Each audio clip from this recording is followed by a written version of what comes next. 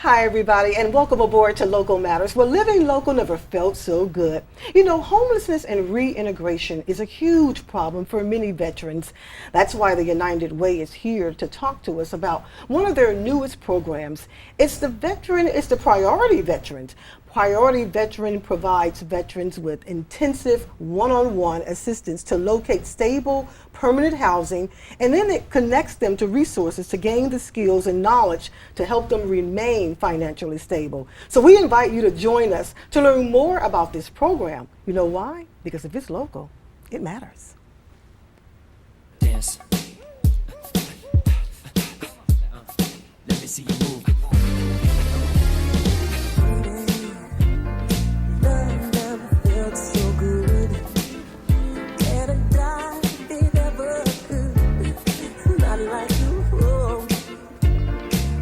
Hey everybody, welcome back to Local Matters. You know, United Way has a new program that provides veterans with intensive one-on-one assistance to locate stable, permanent housing, and it also connects them with other resources too to help them remain independent and financially stable. Joining me here on the set today of Local Matters is Miss LaDonna Ford and Miss Shanevelyn Garrett. They are case managers with the United Way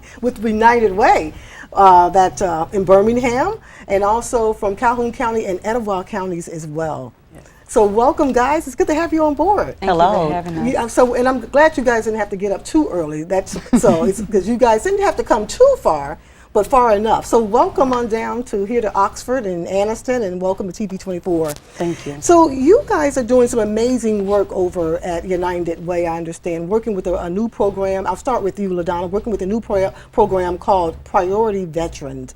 Now, United Way has always been known for having some great and wonderful programs over the years. So tell me what's different and what's so unique about this particular program than any other of the programs that United Way does?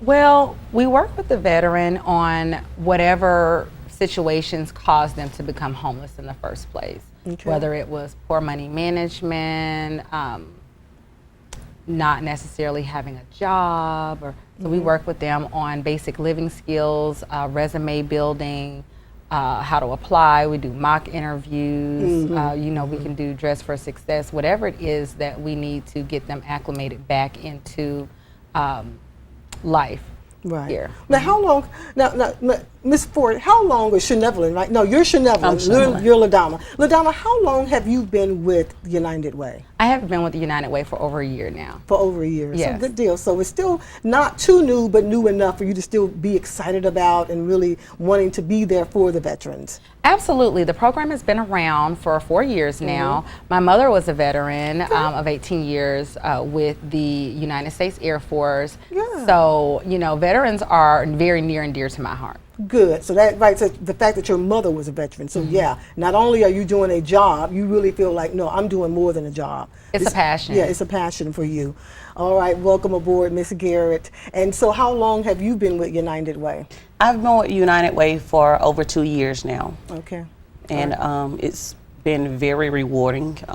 My job is phenomenal. Okay. Now, in doing my research, I understand that the Priority Veteran is very special and unique because I understand you guys specifically look for what is termed the unseen veteran. What does that mean? Right. With unseen, a lot of people look at seen as the ones that's in a park, sleeping on a car, but unseen is the ones that you don't see in the shelters, transitional homes, the hospitals, even the domestic violence facilities. You don't see those particular veterans, and we focus on them as well.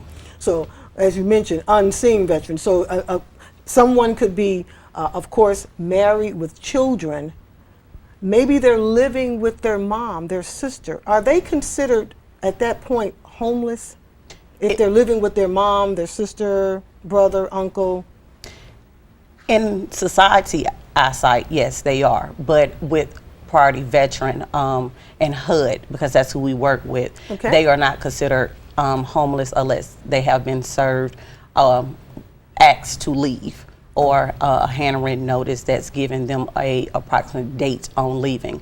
So for an example, it's a veteran that's staying with his mom and is, his family, then if the mom say, hey, you have until August the 1st to leave my home, then at that particular time they are facing homelessness. Wow. Because, in most people's minds, they do think that, okay, if you are living with your mom, your dad, you're okay. Right. And in most people's mind, you're okay. But essentially, you really are homeless. If you do not have your own place, your own home where you pay rent, where you're receiving mail, where no one can tell you to leave, you are essentially homeless. But according to HUD, if you are living with uncle, a cousin, or a sister, and no one's telling you to leave, you're not homeless. So in order for you to help a veteran, that means that someone would have to have said to them, you need to leave. Correct, unless they are the ones that, just do not have anywhere to go, like at the shelters, or on a park bench, or, in a domestic violence facility. Other than that, then yes, they will have to be asked to leave. They would have to be asked to leave. Here's another thing, too, that I was reading, doing some research. A lot of times, veterans, when they re-enter, they're coming into for reintegration, they are at the point where they are not really fully aware of the resources that are available to them. They will come and they will live with a sister or brother or whomever, and they're not fully aware of all of the different types of resources that are available to them. So if a veteran comes to you, I guess I should say, how do you begin to seek out those unseen veterans who are not aware that they have so many resources available to them? How do you begin to do that? And I guess I would say, is that a recruiting process? How do you do that? Yes, and that's basically what we do on a weekly basis. Each office, we cover the whole state of Alabama except for Baldwin and Mobile County. But we go out and we do what we call outreach, and we let people know about Priority Veteran. Okay. So we drop off flyers, brochures. We also attend what they call a COC every month that have a lot of different organizations that comes together, and we work together so that we can resource out to these particular organizations for the veterans. Okay. So basically we do a lot of outreach. A lot of outreach. Yes. So and give me your counties again that you are working for, Ms. Garrett. So I cover Marshall County, Etowah, Cherokee, DeKalb, and Calhoun County. And Ms. LaDonna Ford, what areas are you covering as a case manager? Well, I cover Jefferson County, Walker County, St. Clair County, and Talladega. Talladega counties. And so and this is considered your entire outreach. Give me some other examples of in terms of when you mention your outreaching. I guess I want to find out how many people are involved in the outreach program. Well, all of us. Every case manager cover different counties. So every week we go to at least 1 to 2 different counties, and we cover those counties. So like I'm in the Huntsville office, it's 2 case managers and a lead case manager, but we have a total of 16 counties that we cover as far as the Huntsville office. And so just give me a ballpark figure about how many case managers are those, and the number. I'm looking for a number, if you don't mind. Well, in the Huntsville office, there is a total of 3. Okay. But as far as the overall, there's a total of 14. I think, case managers that covers the entire state of Alabama. So only 14 case managers that cover the entire state of Alabama. Correct. Okay. Now, all right, here's the reason why this is very important. I'm sitting here thinking because I understand that Alabama is one of the highest number of states in terms of having the highest number of veterans who are homeless. And so I want to talk about that when we've come back. I hear my director in my ear, we've got to go to break. But when we come back, what we're going to be talking about is how do we address that large number of veterans that are out here that still need to be served. We want to talk about your partners and who else that work with you to get out there and look for the unseen veteran. So we'll be right back with more Local Matters.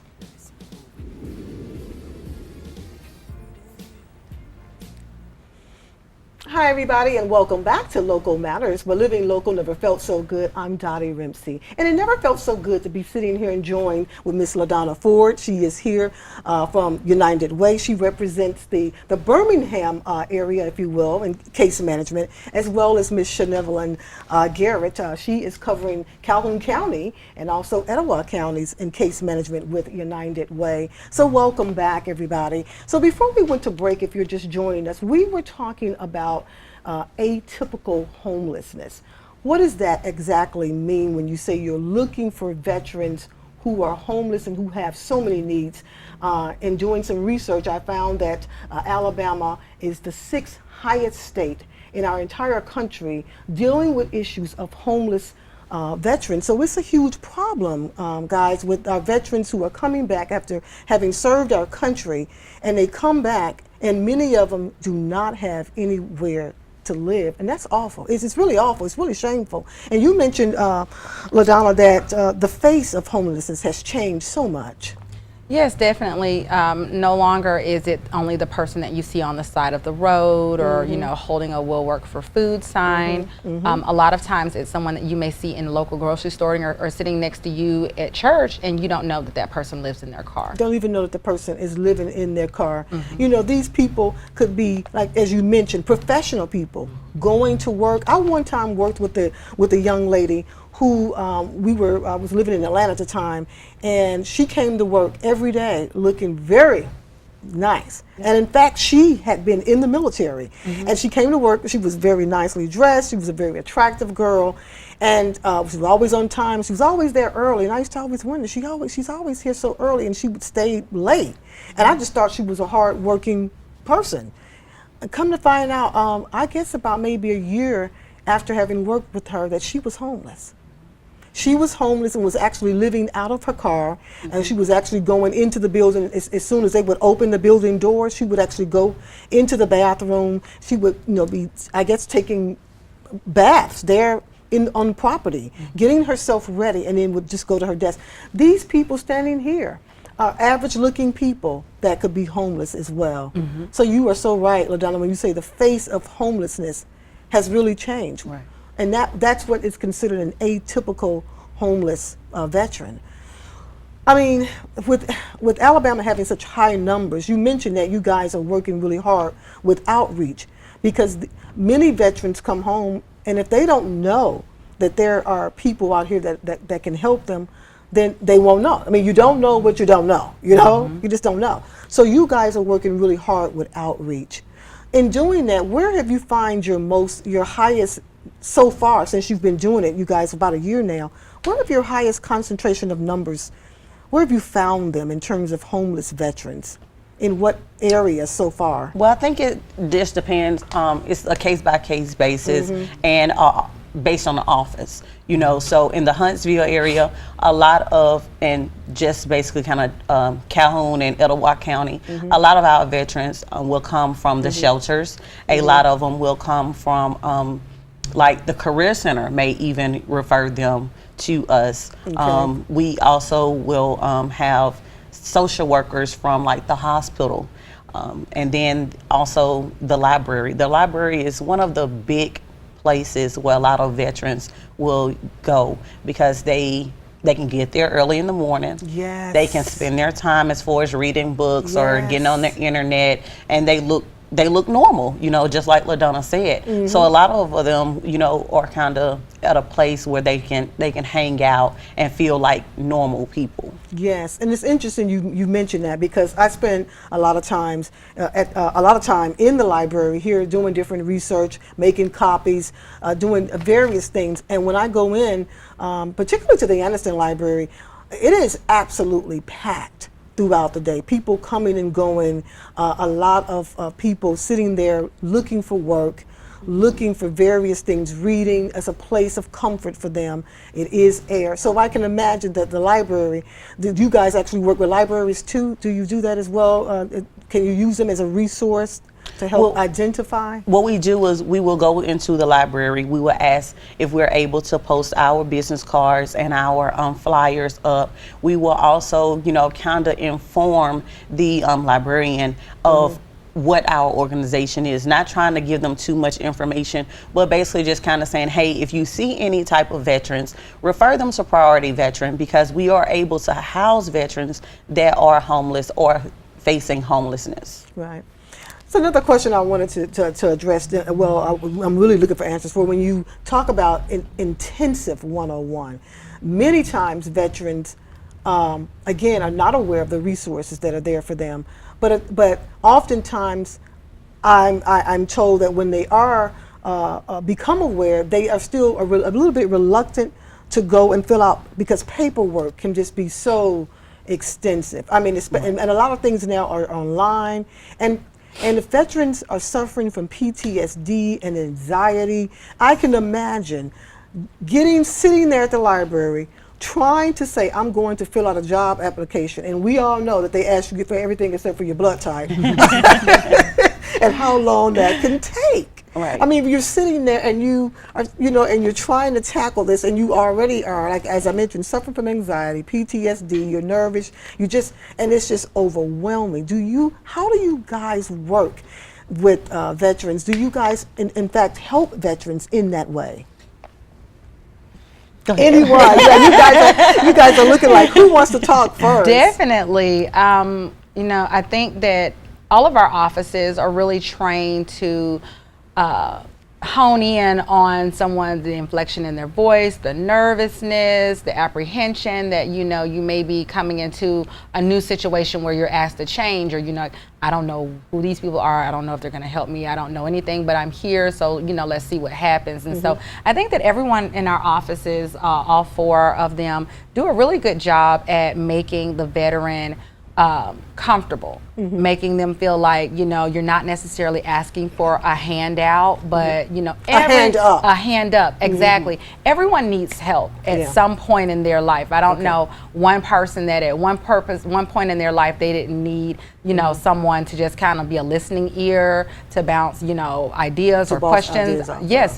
Questions off of, someone to look at the way that they're spending their money and say, hey, let's find ways that we can kind of save money on your food and meal planning, things of that nature. So. Well, I don't mean to cut you off, but I hear my director. We've got to go to break. We will be right back with more Local Matters.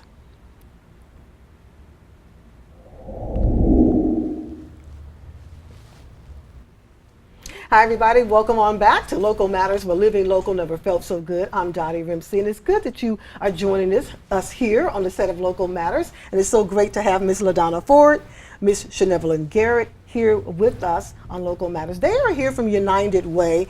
Ms. Ford, LaDonna Ford, is here from Birmingham. Shanevelyn Garrett is here from the Huntsville area. Yes. She is here from the Huntsville area. And we have been talking all morning long about this whole issue of homelessness with our veterans in this country. It's a huge problem. Alabama is ranked the 6th highest state in the country of dealing with these issues of our veterans being homeless. But not only just so much homelessness, but our veterans are not utilizing the resources that are here for them.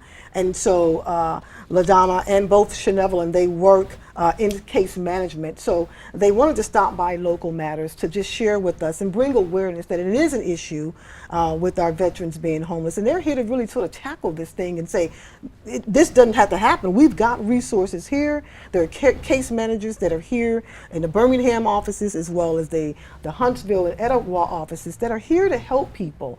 And so I'm glad that you stopped by to help us get the word out, because a lot of times people don't know, as I always say, what they don't know. So if you're here to help people, we're going to make sure that we're going to help you do that as well. But some of the issues we talked about throughout this entire show have been issues of an atypical homeless person. We've been stressing all morning long. They're not, the face has changed, as LaDonna said, to homelessness. It's not people all the time lying around on streets and in alleys, if you will. It's families who just, they need help. They need someone to help them. And we all understand that technology is great, but oh my gosh, is it so daunting. I mean, when you're sitting there, and imagine you're just sitting there, you're not suffering from PTSD, anxiety, depression, or anything, but you sit there and you go, oh my gosh, how long is this resume? How long is this application? It's 9 pages. Right. I mean, I have even gotten them say, I just can't do this right now. I just, my head is hurting.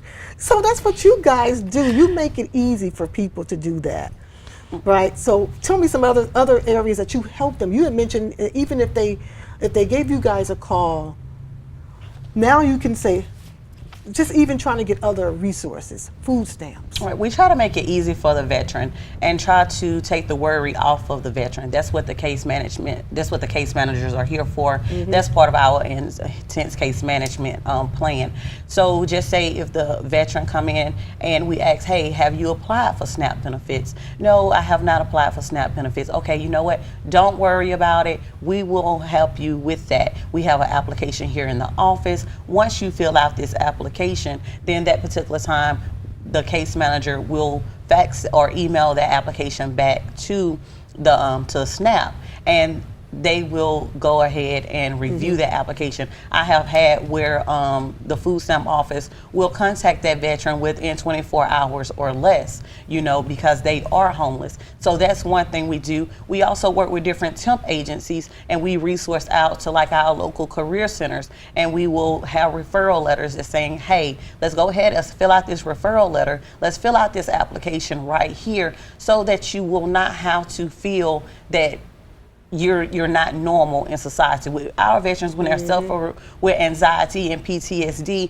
we may think that, hey, a 1-2 step, you know, program or for you to go out and do is okay. It's normal, you know, for someone like us. But with someone that's suffering from PTSD or anxiety, those are a lot of steps to complete. Yes, they are. So therefore, if a lot of things are in-house when they reach priority veteran, and if we can take that off of their minds and off of their plate, then they are more likely to succeed and, you know, and receive the services that they need. The benefits. I have a full screen. I have a full screen created, Erin. I want to bring that full screen up, Erin, because I want to take a look at some of the other services that you guys work with veterans on there at Priority Veteran. If we could bring that full screen up. It's creating a housing stability plan for veterans. Really helping them to assess medical or mental health services as well, enrolling for veterans benefits there, helping the veterans search for jobs, financial coaching, and so much more that you guys, the case managers, are there to help veterans in. I want to bring up the full screen because I want to make sure that people understand that there's a number that they can call.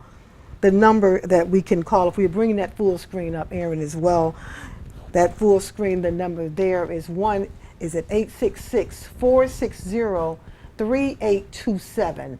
Now, LaDonna, you mentioned that you guys are always looking for any type of donations that people can provide. How can they do that? And what type of items are you looking for?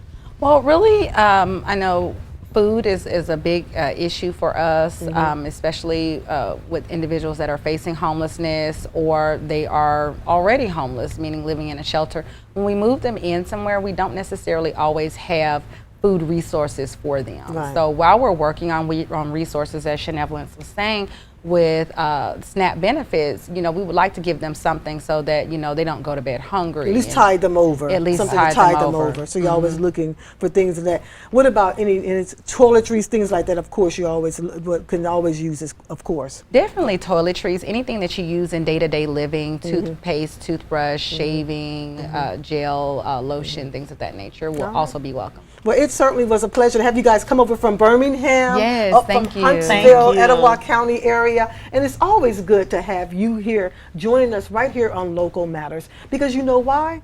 If it's local, it matters. Have a good night, everybody.